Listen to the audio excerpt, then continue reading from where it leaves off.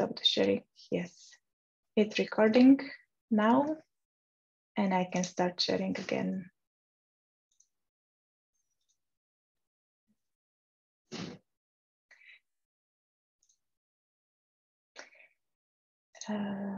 If you would like to ask any question, please either write it in the chat and I will read it out loud, or you can raise your hand and I will also get back to you once there is a time for the questions.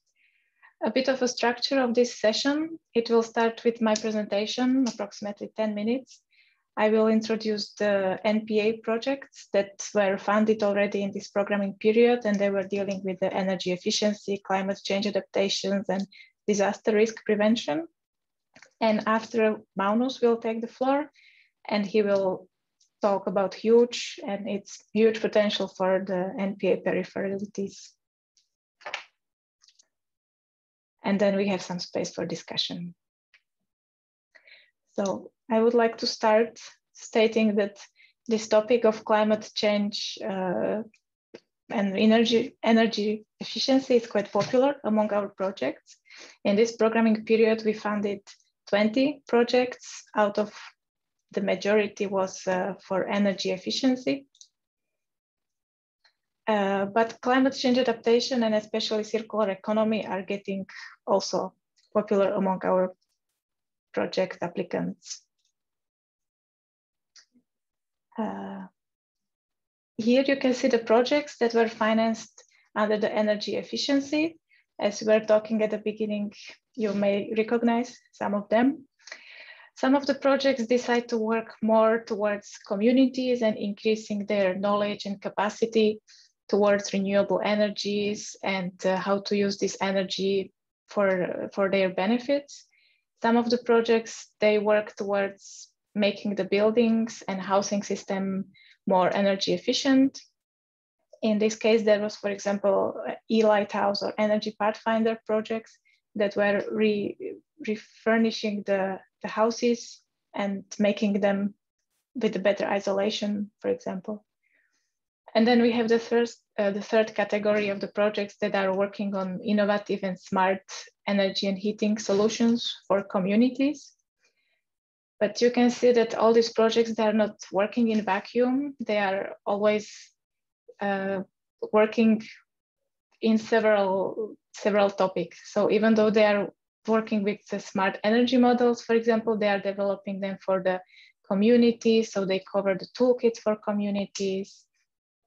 And this is the graph that we came up to give an idea of the future applicants of what has already been achieved in this programming period, which tools or achievements, and they can build upon going towards the future NPA programming period. Moving towards the climate change adaptation and circular economy, we had two projects that were working on preparing the climate adaptation plans and preparedness plans for communities. It was Climate and Adapt Northern Heritage. And three projects that worked with circular economy, Blue Circular Economy and Circular Ocean. They worked with reusing the fishing net and the marine plastic coming from fishing industry that is floating in the seas. And then we have a Symbioma that is reusing the wheat leftovers from the breweries in Finland. Just one example how to use the waste in one industry, and they are using it for feeding the chickens, for example. So they don't need to bring feed for chickens from abroad, but they use the brewery that is located just next door. That's an example of circular economy as well. For the disaster risk prevention, maybe you've already heard about our project App4C, that they were increasing the capacity of communities and local authorities to address oil spills and plastic pollution in the sea. And WaterPro, that was increasing the eco-efficient runoff management in agricultural and mining sector across the NPA.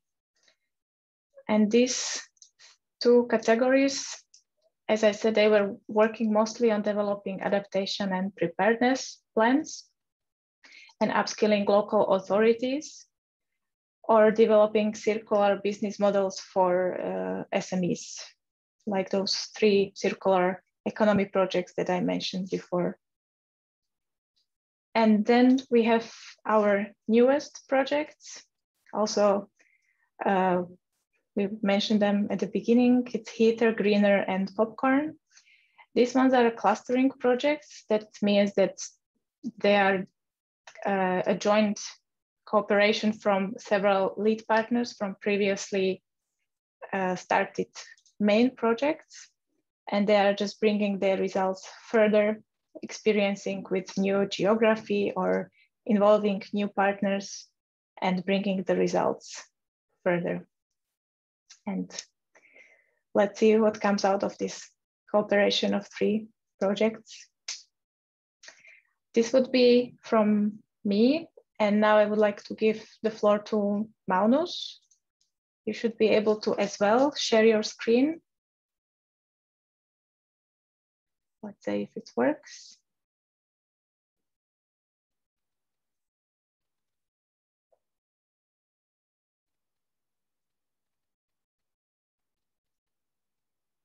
Yes, we can see our presentation. Yeah, let me just unmute myself and view. I'm one of these people who have hundreds and hundreds of tabs and applications open, so I'm glad I managed to find that quite quickly. Yeah, thank you very much, Lucia. And just offer again thanks to the NPA for asking us to host this session. Absolutely delighted to do so, and very sorry that we couldn't be in Sligo itself. I think most folk, I know that a number of folk on this that we know each other, but just as a bit of background for those that don't, my name is Magnus Davidson. I work for the Environmental Research Institute, which is part of North Highland College, UHI, which is part of the University of the Highlands and Islands here in Scotland, or I'm in Faroes now, so that doesn't quite work, but in Scotland anyway. I actually offer my career thus far, or that I've benefited hugely from the Northern Periphery and Arctic programme. The first job I took with the university, or the second job I took with the university, was working exclusively on the NPA programme. I've worked on a number of projects in the past, Regina, Grebe, huge specifically, and then I've also kind of inputted via colleagues to App4C, Circular Ocean, and a number of other projects very loosely. So just absolutely delighted to be here and a huge proponent of what the NPA does, and before that what the NPP did. Today I'm exclusively, I think, going to talk about our huge project, and that's the reason why I'm here in the Faroes. But the huge project, as well as having a fantastic name like many others in the NPA project, looks at hydrogen utilisation and green energy. We're obviously funded through the NPA programme. We fall under Priority 3, or Priority Access 3, Energy Efficiency and Renewable Energy, and we have a total budget of 1.4 million. So we're just almost coming to the end of the project. Maybe that's unfair to say, but the project will be finishing next year. We've got eight partners from 6 different countries. So I think Faroes, Iceland, Finland, Republic of Ireland, Scotland, Northern Ireland. Yeah, some really interesting partners, actually fantastic to work with. Just before I go any further, this presentation kind of gives a very broad overview of the project, and then we'll nail very specifically to some very specific aspects, which I think should be interesting to the people on the call, organisations on the call. So I won't pretend this is a very good overview of all the things that we do, but it'll be a very broad overview, and then I'll cover very specifically some things which I think will be of interest. Yeah, just before I start, snapped these pictures yesterday. So again, it's really nice to be around a table with actually people. I love remote working. University remote works the whole time, but yeah, really nice to be in front of people. What's fantastic here in Tórshavn is, in fact, I went out on Monday night to the harbour to find one specific vessel, and this specific vessel on Tuesday morning left Tórshavn a freight vessel carrying IMSCIP containers that comes into Thurso or Scrabster, where I live, every Tuesday evening.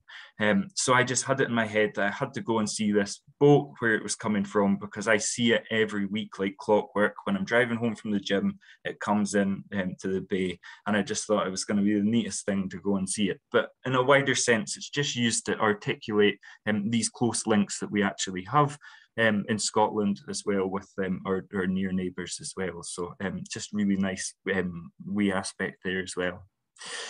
So just a bit of background, I think that won't come as any surprise to anybody from who works in the programme area, but just from a renewable energy perspective, we really do have an abundant capacity, which is fairly common across all countries.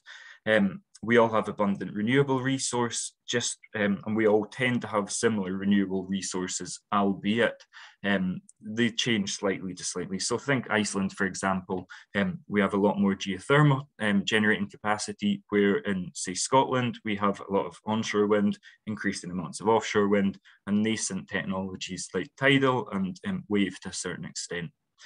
However, the grid infrastructure is often underdeveloped with lack of storage facilities. So the grid infrastructure is underdeveloped because historically there weren't large population centres, and with a centralised energy system, there was not often a need to create a good grid infrastructure.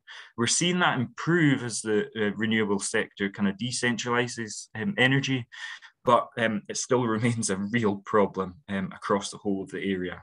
Again, with storage facilities, this is a bit of an issue, irrespective of rurality or peripherality when it comes to renewable energy. But again, it's an issue that we face. The renewable capacity and even our existing assets, before we even start talking about future capacity, are often constrained. What do I mean by that? We often have to say turn wind turbines off because we can't get on a really windy day because the grid's just full of electricity at that time. Also means that we can't, for example, build more renewable capacity because there's just not enough space for it to go onto the grid. Orkney in Scotland's a really interesting example of this. If you're constraining the grid, you can pay constraint payments. They're very nice, but if you don't have constraint payments, that really starts to hit your ability to be financially viable. And if you've taken out big bank loans to build your renewable capacity, you very often don't want to be constrained. The renewable resources are also underexploited. Host communities are reliant on fossil fuels, perhaps slightly less of an extent in Scotland and the NPA area, Shetland to an extent, but yeah, quite often we have peripheral, remote, rural communities who are sitting in really windy areas with good hydro capacity, for example, but are burning diesel in generators, which is hugely expensive, as well as being very bad for the environment. What we want to do is to provide solutions to overcome these barriers by utilising green hydrogen as an energy vector. So what is green hydrogen? Green hydrogen effectively uses renewable electricity, puts that through water, and we get via electrolysis, and it creates hydrogen. Green hydrogen specifically coming from renewable energy. If you're in the hydrogen sphere, there's 101 different colors associated with different forms of hydrogen generation: blue, gray, purple. I was actually looking yesterday at all of them, and there seems to be new ones every week. An energy vector is increasingly being seen as integral in moving to net zero for both storage and transport of energy. And it's important to remember that hydrogen, I drill this into my third year undergraduate students, that hydrogen is an energy vector here. We're not using it as a source of energy, or it's not a renewable source, it's a vector. Transformed for diverse end-use applications across housing, transport, and industry. We can look at all these different sectors. Really, really interesting, whether it's road transport, trucks, cars, buses, ferries, boats, plane. Actually, Jane and I work on a completely differently funded project looking at sustainable aviation in the Highlands and Islands, and we've got a hydrogen-powered plane as part of that project. Gas networks, whether that's involving injecting hydrogen into existing gas networks or completely new hydrogen gas networks. It's ongoing in the UK, for example, at the moment. as well as storage capacity used to store these intermittent renewable sources. So a fantastic energy vector for a whole number of reasons. Still, plenty of challenges exist. The project itself, like I think in Lucia's presentation you saw, we're providing toolkits for communities. So the hot service, and these again going back to these kind of fantastic names that we use in these projects, but the hot service encompasses the T tool, which is a techno-economic assessment tool looked after by our colleagues at Action Renewables. Also, hydrogen utilization business model is effectively creating business models that make this work for communities looked after by our Finnish colleagues Laparinta. University of Technology, and then the HTT platform, which is how we try and disseminate all this fantastic knowledge, looked after by our colleagues at NUIG in Galway. We also have all of the research here underpinned by a stakeholder advisory committee made up of colleagues from industry, public sector, research as well, so that we're always kind of trying to at least make sure that what we're trying to do is rooted in with practitioners effectively and validated in some senses. And again, adopting a quadruple helix approach. My first NPA project I worked on, we used the triple helix approach, and we're on to a quadruple helix approach now. So interesting to see where this goes in the future as well. Yeah, the stakeholder engagement's critical for all these. Yeah, I won't bother reading off the slides. I think we all know, but yeah, this was an important part of what we wanted to do, was to make sure that it was appropriate for the grid companies, for example, the housing associations, the bus companies. So we have all these kind of representatives on our stakeholder advisory committee. I'm now going to go really specific at some examples after having this very broad brush approach. And in addition to these tools being created, we've been utilizing them in the region across these different areas, countries, with specific case studies. I'm going to run through these probably quite quickly with some reference to our tools. I'm not going to bother referencing every tool against every example. In fact, we're still working on some of the tools with some of the examples. So we had a fantastic update yesterday, but we've not quite finished it all off. So we're hoping to do that over the next few months. But I'll also have used these to showcase applications for your own communities. They might look quite samey at times, but I'll try and pull out the distinctions, which I think are of particular interest. So the first of which is looking at hydrogen vessels in the Aran Islands in Galway in Ireland. And effectively, they have a big tourism industry which kind of puts back and forth tourists on passenger boats, on an aging fleet at times, but also on non-renewable sources. So we've been looking at how we can use renewable energy from the mainland via electrolysis to create green hydrogen, then distribute it via the road because of inadequate pipe networks to create hydrogen for the vessels to be using via fuel cells, potentially also via in heating and net zero homes. We've had some really interesting results here. There's other people doing this kind of work, but not specifically, I don't think, for these small passenger vessels. It's hard, I'm not going to lie. The results we've been getting back, it's not as easy as you would think in terms of just whacking tanks and fuel cells onto boats. There's a whole loads of logistical issues, regulatory issues, technology issues. So yeah, I use this as an example because it's hard at times. It's not all easy sailing, no pun intended. In Iceland, we're working with Icelandic New Energy, which is a fantastic kind of part private, part state-owned company led by Jon Bjorn, who is just a hydrogen guru almost at times, and has been working in this sphere for the last 20 years. Iceland has a lot of geothermal energy, which is fantastic for things like heat, but they also want to be able to use it for transport. In terms of transport, you need to then, for them, it's either battery technology vehicles or for their bigger trucks, bigger vehicles, they're looking at green hydrogen. So effectively using geothermal heat to spin electricity turbines to then create green energy electricity, run the electrolysis, and then use the green hydrogen in things like hydrogen trucks. Just as an example, Jon Bjorn actually drives a hydrogen car, which I think is pretty cool. This would be distributed by road on-site hydrogen refilling stations and effectively going around the ring road as well, which if you know Iceland, it's also a big tourist route as well. A lot of people look to battery technologies here, myself as well, for a lot of transport solutions. But if you listen we ran a really successful webinar actually looking at hydrogen trucks in Iceland.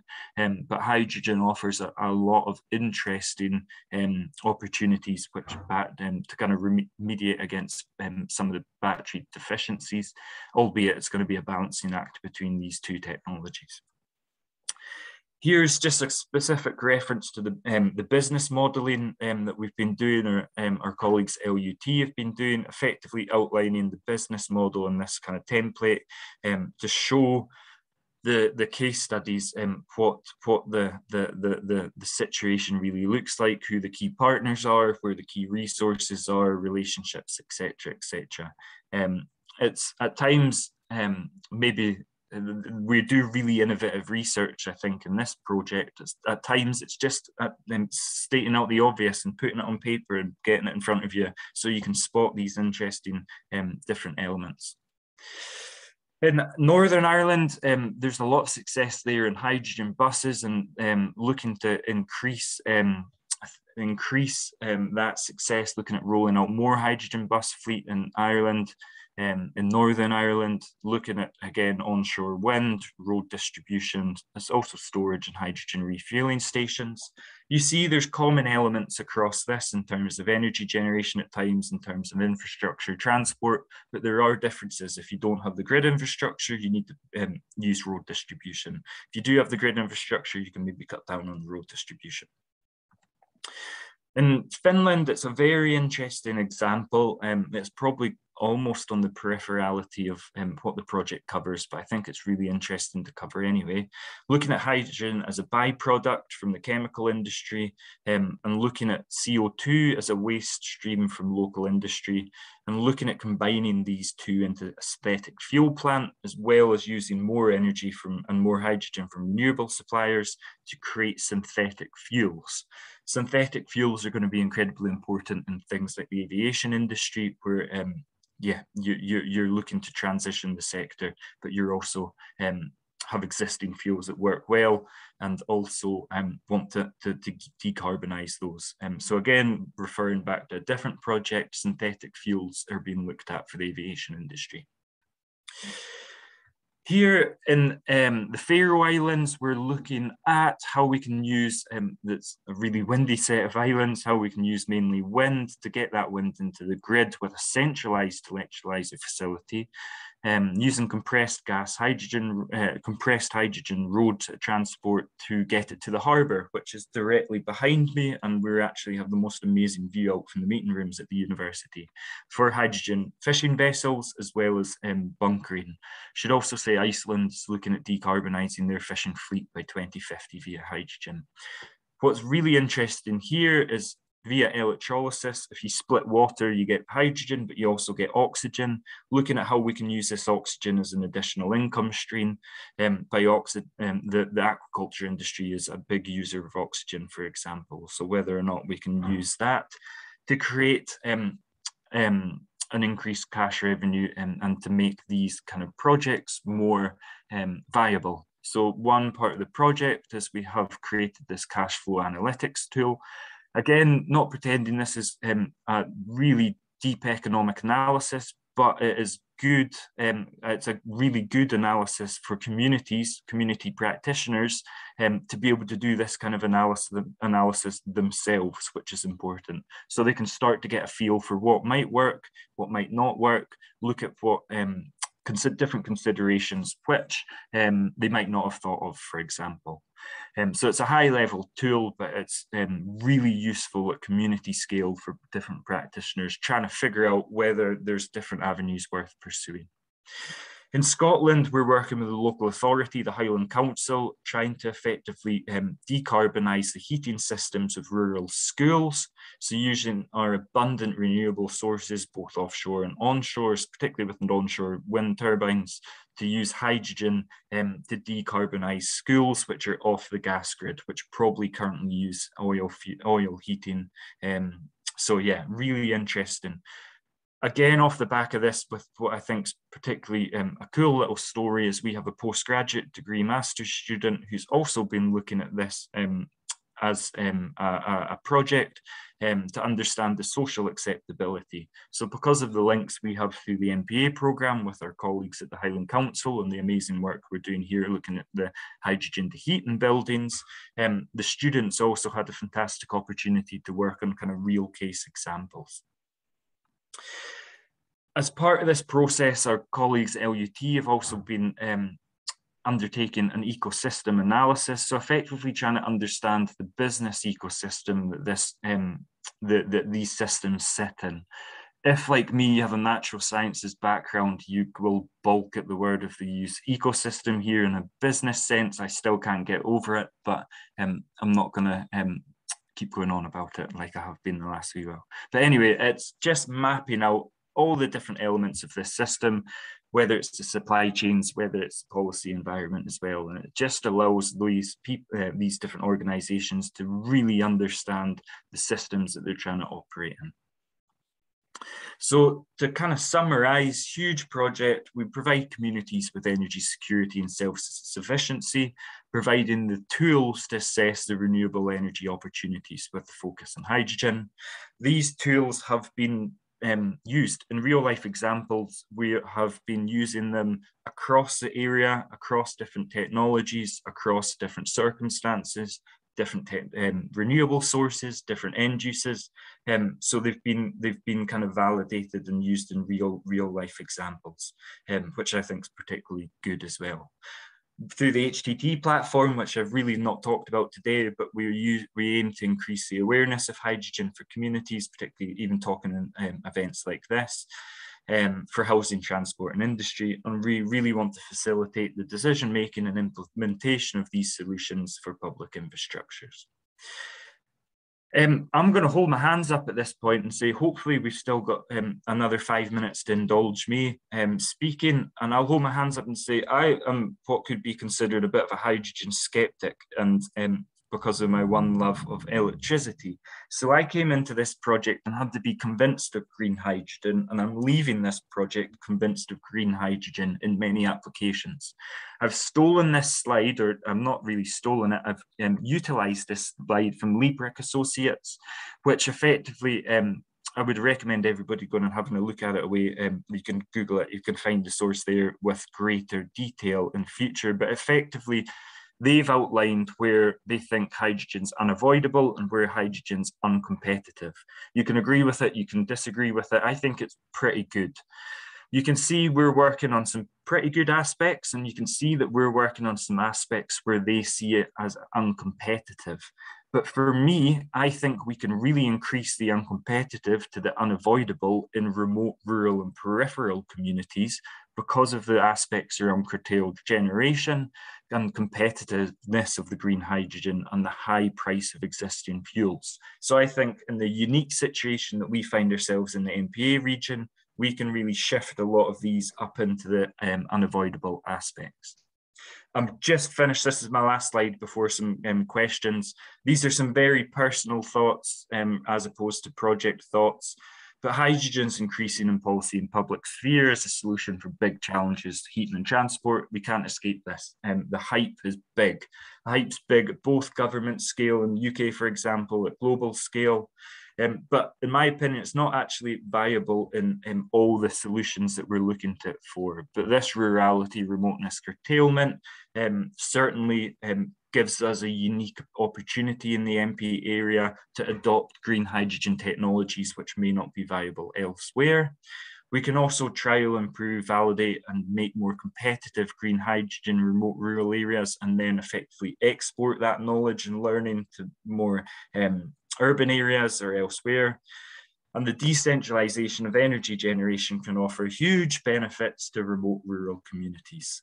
I've put some questions to stimulate discussion here, but we can completely ignore them if other people have thoughts or questions. I'm actually just seeing Katarina's put a question in the chat. But yeah, I'll maybe hand back to Lucia here to kind of manage this part, if that would be useful. Yes, I was going to ask if Katarina wants to ask her questions, you can turn on the video. Otherwise, we can see it in the chat. Hello. Hi, everyone. Hello. Yeah, no, thanks very much, Magnus. That's really interesting. Definitely, I think it's a fascinating project, and obviously hydrogen is a big topic in Scotland, as you know, and elsewhere. Yeah, I mean, I've just wondered whether you've considered kind of the use of hydrogen for heavy industry, because obviously that's one of the big CO2 kind of challenging areas. And I suppose you've mentioned the kind of Finnish example, but perhaps you could maybe elaborate on that a bit more. That'd be interesting. Thanks. Absolutely. We've, with the huge project, focused or not had as much of a focus or a focus on heavy industry, but there are fantastic examples from NPA countries of hydrogen, green hydrogen being used in heavy industry. So there's Swedish examples of green steel using green hydrogen.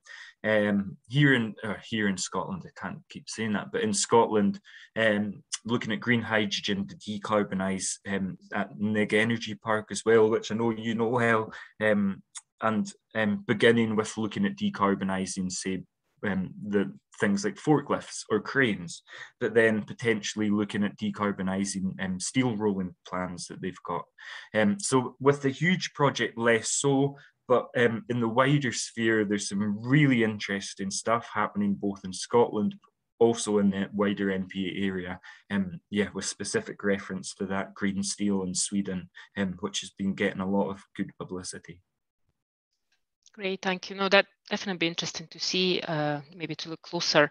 I'm aware of a big focus in the EU, and in fact, there are some calls coming up, I think next year through Horizon Europe, around kind of decarbonisation, I suppose, of industry, and I think chemical industry in particular. We've been actually having some initial conversations with people from Germany and things like that. So hence, I thought maybe hydrogen could be one of the kind of routes there to consider. But yeah, no, I'll look into that. Thanks. Yeah, you know where we are as well. We've got some interesting, not under an NPA umbrella, but interesting discussions with Jacobs off the back of Dunray and green hydrogen and Caithness. So yeah, you know where we are. Thank you. Good stuff. Thank you. Is there anyone else who would like to ask a question?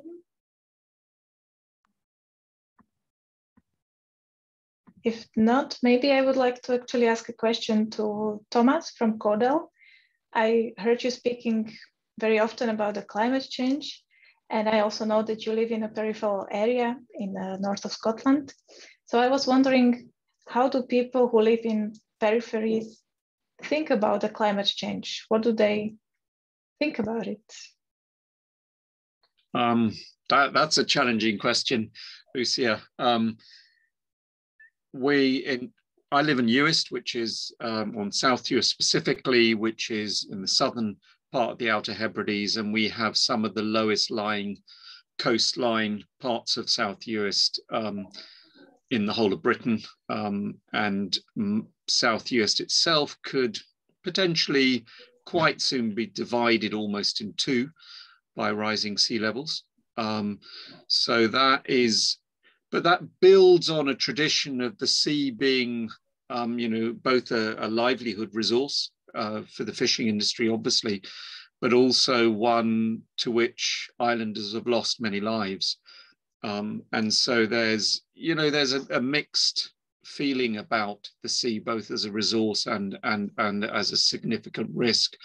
And obviously that's increased very strongly now with the climate emergency. So, I mean, it's, you know, it's 17 or 18 years ago, we had a huge storm, and it so happened that we're at a very high tide at that point. So a lot of areas did get flooded, and we lost a whole family.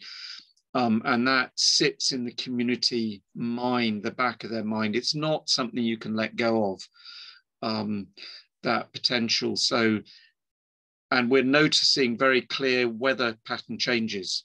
You know, the last couple of summers have been very, very warm and dry, which is not like us. And the winters are becoming so wet. We've never had lots of snow. We've had gales, but those gales get extended. They last longer. And there's a huge amount of precipitation, again, which we're not, you know, there have always been points in time, but it's becoming almost continuous over the winter season. So we're seeing the effects already. And quite how we adapt, we're going to be leading visioning workshops with the local community around a US local energy plan, which is to try and move us towards net zero in certain sectors.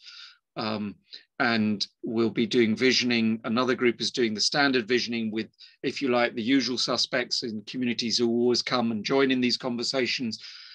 CODEL is specifically going to work with Community Energy Scotland and the North US Development Company to try and engage opinions from young people, from the elderly, and from adults who are vulnerable, and working in partnership with those organizations to get their perspective on these things. But also, I think visioning can be quite important because you know, the climate crisis, the climate emergency basically generates fear. I have kids, I know that fear. They share that fear as young people. And the visioning, which I've done a lot through the Social Enterprise Academy, we've recently done it with Malaysian young people and Scottish young people in preparation for COP26, allows an avenue for people to see how they can move towards positive change. So if you're working like Magnus on something very specific like green hydrogen, then you know you're just plowing away at that. But for others who are not specifically engaged in that, you know, the climate emergency can be completely terrifying, and we need to find positive ways for people to engage so that they don't get lost in their fears.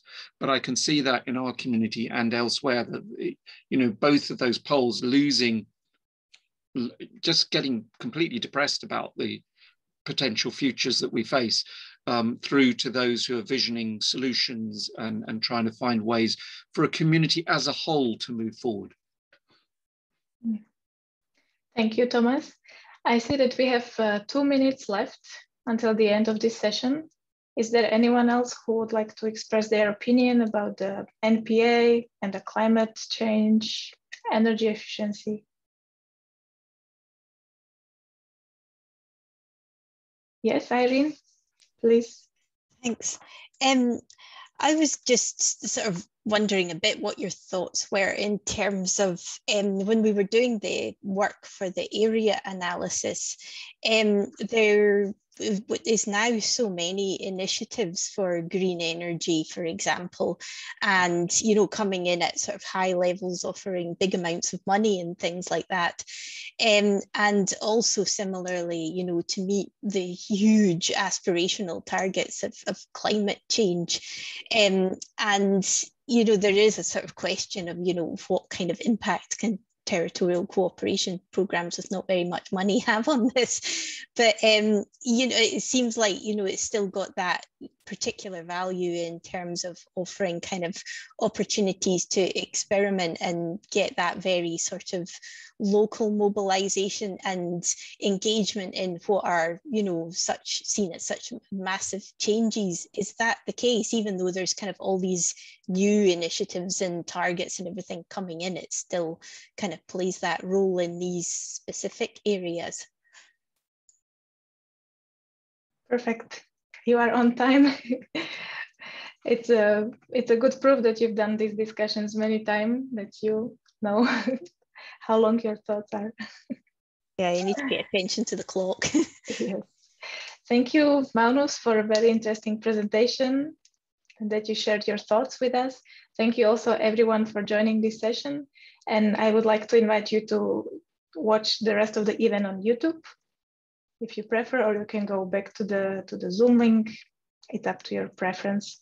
Thank you for joining and have a nice rest of the day. Thanks very much. Nice to see everybody. Thank you. Yeah. Yeah. Bye. Thank you. Bye. Bye.